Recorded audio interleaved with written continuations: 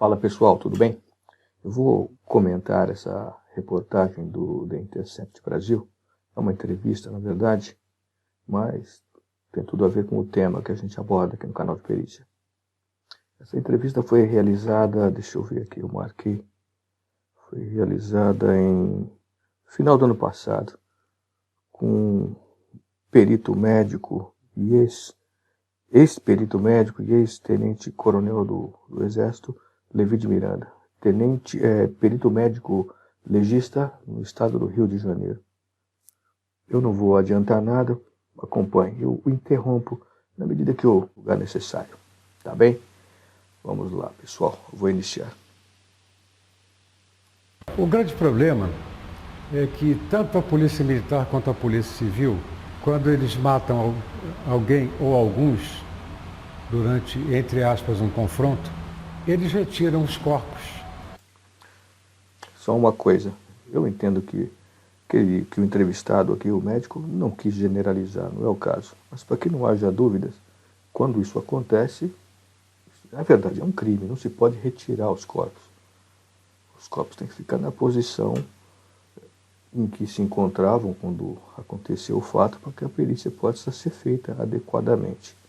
Mas eu tenho certeza de que a maioria dos policiais, tanto civis quanto militares, não tem uma conduta, não realiza um procedimento dessa forma.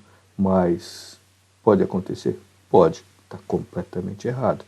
E eu tenho certeza que o perito médico ele tem ciência que isso aconteceu diversas vezes. Do contrário, não teria colocado dessa forma. Quis fazer essa ressalva, mas tenho certeza que não houve aqui nenhuma intenção de generalização. Vamos prosseguir. Sob a alegação de prestação de socorro. Socorre, entre aspas, como que prestando uma assistência humanitária. É puro desfazimento de local. Sem dúvida alguma, desfazimento de local. O que é crime? Perfeito? Se não me engano, o crime de fraude processual. Vamos prosseguir. Olá, meu nome é Cecília Oliveira e eu cubro segurança pública para o Intercept Brasil. E trabalhando nessa área, a gente conhece muita gente interessante, como foi o caso do perito legista Levi Nimar. Ele era já aposentado da Polícia Civil e do Exército quando ele decidiu fazer trabalhos voluntários para a Defensoria Pública. E ali ele começou a trabalhar em casos que desmontavam versões institucionais das polícias. Então, conversando com ele, ele explicou como é possível fraudar cenas, impedir investigações, fraudar laudos. Então, eu convido vocês a dar uma olhada nessa entrevista que tem muito mais sobre como é ser perito e não ser perito no Rio de Janeiro. Pessoal, eu já li, já assisti algumas matérias desenvolvidas por essa jornalista, pela Cecília Oliveira. Posso garantir que são sempre bastante claras e relevantes, certo? São matérias, de fato, desenvolvidas com muita qualidade. Vamos prosseguir, então, com a entrevista. Meu nome é Levi Nimar de Miranda, eu nasci no Rio de Janeiro. Trabalhei 4 anos na unidade coronariana do HCE, chefiei a pneumologia do Hospital Central do Exército e passei a fazer trabalhos para pessoas pobres que não podiam pagar um assistente técnico, principalmente em prol dos direitos humanos. Pessoas que têm parentes mortos por agentes do Estado, executados por agentes do Estado, cujos casos ficam sem solução. E passei também a trabalhar em parceria com a Defensoria Pública do Estado do Rio de Janeiro, com o Núcleo de Defesa dos Direitos Humanos, e todos os casos que eu fiz, os policiais militares foram levados ao Tribunal do Júri. Antes da gente começar a analisar os casos, aqui ele vai dar alguns exemplos de casos em que ele participou, ficou clara a competência do profissional e, vamos dizer assim, temos que parabenizá-lo. Depois de aposentado, ele passou a atuar nessa área tão relevante, tão importante, em que os menos favorecidos acabam tendo muitas desvantagens. Então vamos lá, no primeiro caso aqui é a chacina do Morro da Coroa. Não conheço bem o Rio de Janeiro, Morro da Coroa, eu não, sinceramente não tenho ideia. Vamos ver aqui os esclarecimentos. Aconteceu em 2008, 6 mortos. Vamos prosseguir. Casos emblemáticos que eu trabalhei foi a morte de um rapaz que cuidava da horta comunitária do Morro da Coroa.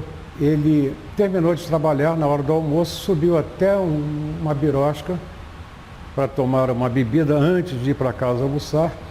E lá se encontravam 3 traficantes e 2 viciados em drogas.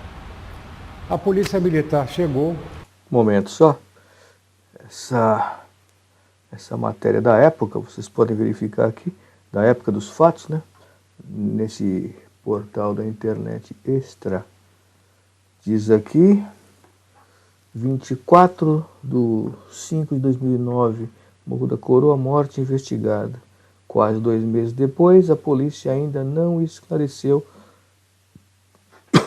a morte do lanterneiro Josenildo Stanislau dos Santos, de 42 anos, no Morro da Coroa, no Catumbi. De posse do laudo de necropsia, que é o exame realizado no cadáver do lanterneiro, o Extra ouviu 2 especialistas em medicina legal sobre o resultado do laudo.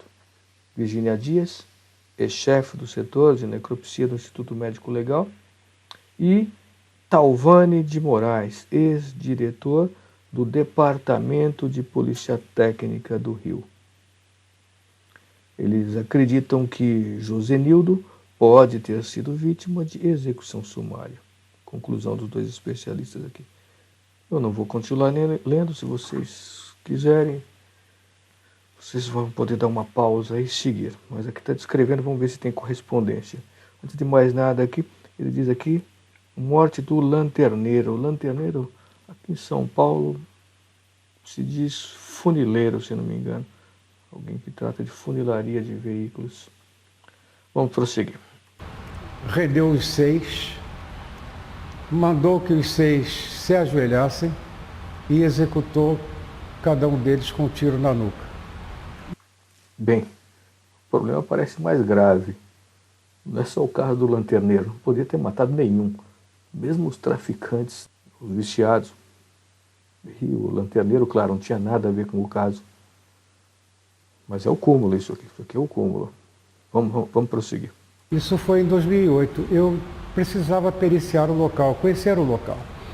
Então eu pedi ao líder comunitário que falasse com o chefe do tráfico se ele autorizaria que um perito legista aposentado da Polícia Civil subisse até aquele ponto para fazer uma perícia. Bem, que situação. Precisar pedir para o chefe do tráfego. Isso não é um problema do Rio, isso é um problema do Brasil. Tá bem? Que fique claro. Não é uma crítica para o Rio de Janeiro, não. Absolutamente. Um problema grave que a gente precisa mudar. Bom, vamos seguir. Então, os policiais foram indiciados pelas execuções dos 6. O juiz aceitou a denúncia, pronunciou os policiais militares para o Tribunal do Júri e eles estão respondendo no Tribunal do Júri. Gravíssimo, não é mesmo, pessoal?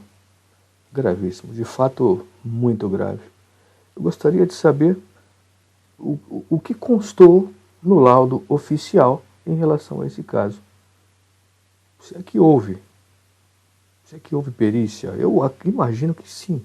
Um caso dessa magnitude, com 6 mortes, a autoridade policial deve ter requisitado exames de local. O que será que constou nesse laudo? Vamos seguir em frente. No Morro do Banco, teve uma investida da Coordenadoria de Operações e Recursos Especiais, a CORE, em que foi filmado por um morador que eles rendem um rapaz que estava com a mochila. O rapaz põe as mãos na cabeça, ele se senta no chão com as mãos na cabeça. Você a gente consegue verificar. Está aqui. Dá para perceber assim que ele levantou os braços aqui. Vamos prosseguir. Sinal de submissão. Então ele não estava com nenhuma arma, ele não tinha possibilidade. Sentou, de fato, deu para perceber, claro, né? Vocês perceberam. Ele se sentou. De sacar nenhuma arma e o policial da CORE dá 2 tiros no peito dele. Não pode. Não precisa nem dizer isso, né? Vamos seguir em frente. Esse caso, como era uma operação da 16ª Delegacia Policial, erradamente o inquérito foi instaurado na 16ª. E até hoje não se tem resposta desse inquérito, ele não chegou ao fim. O inquérito não chegou ao fim. Difícil até comentar. Vamos seguir. No caso do Falé, por exemplo, o batalhão de choque cercou a casa junto com o batalhão de operações com cães. Os policiais gritaram que os moradores saíssem. Eles sabiam que havia 3 moradores na casa. Aí eu pergunto, por que não disseram, todos os bandidos que estão aí dentro, põem suas armas no chão e saem com as mãos na cabeça? Eles sairiam. Saídos os 3 moradores, os policiais entraram por uma única porta e começaram a atirar. Existem 2 pessoas que gravaram aquele momento da entrada dos policiais e dá para ouvir nas gravações, perdi, o traficante dizendo que perdeu, certamente já estava com sua arma no chão, e daí surgiam os tiros. Os tiros todos foram na mesma direção. Eles subiram ao 2º andar, atiraram, subiram ao 3º andar, atiraram, e ainda retiraram os corpos do 3º andar até o térreo e do 2º andar também. Ou seja, inovaram artificialmente o local de crime, o que é crime de fraude processual. Bem, quanto ao início aqui da descrição do perito médico legista, eu acho que cabe, tudo indica que ocorreu exatamente como ele disse, mas cabe sim entender a versão dos policiais, porque num confronto há variáveis que a gente às vezes não tem condições de controlar, isso é um ponto.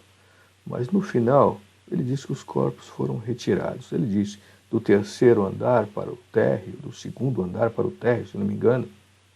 Isso não pode. Isso não pode. Os corpos têm que ficar onde eles estavam ao final dos fatos. Assim que acontece. De fato, ele tem razão aqui. Inovação artificial da cena do crime. Isso dificulta, longe de inviabilizar para a perícia oficial. Dificulta sim. Mas, claro, mesmo dessa forma, dá para se alcançar as conclusões quanto à verdade real. Vamos continuar. Vítimas de lesões graves, como por exemplo projéteis de arma de fogo, têm que ser socorridas no local, estabilizadas e a partir daí então levadas numa UTI móvel para o hospital. Mesmo que o local seja desfeito, a perícia de local tem que ser realizada. E aí surge um outro problema. Como os cadáveres foram retirados do local, às vezes o delegado diz, não, o local foi desfeito, não é feita a perícia de local. Não tem cabimento. É o tal do local inidôneo, local impróprio para perícia. Não existe. Todo local permite perícia, ainda que indireta. As polícias erram muito nesses casos. Se o criminoso se rendeu, pôs a arma no chão, pôs a mão na cabeça, ele tem que ser preso, levado à delegacia, apresentado na audiência de custódia, entregue à justiça. Esse é o caminho correto. Jamais fraudar um local de crime e muito menos executar. Perfeito. Muita gente me fala, ele é bandido, tem que morrer. A polícia fez bem de matar. Tem que matar mesmo. Não é nada disso. O bandido, claro, o bandido mata. O bandido é covarde. O bandido vai matar sempre. Ele quer escapar. Mas o bandido é bandido, ele é criminoso. A polícia não. O bandido age contra a lei. A polícia não. Essa é a diferença. Tá bem? À medida em que a polícia começa a agir dessa forma, como descreveu aqui o entrevistado, ela se torna bandida também.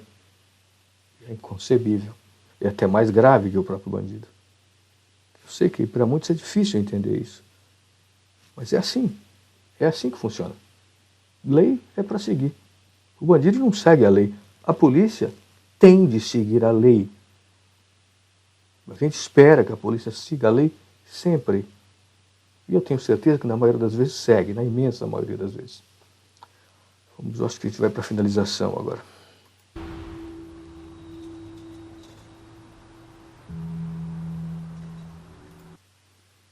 É isso, pessoal. Parabéns a Cecília, a jornalista que desenvolveu essa matéria. Parabéns ao portal The Intercept Brasil, sempre matérias polêmicas, mas muito interessantes. Extremamente relevantes e elucidativas. Parabéns mesmo. Se ficou alguma dúvida, deixe nos comentários, eu estou à disposição. Até a próxima, pessoal.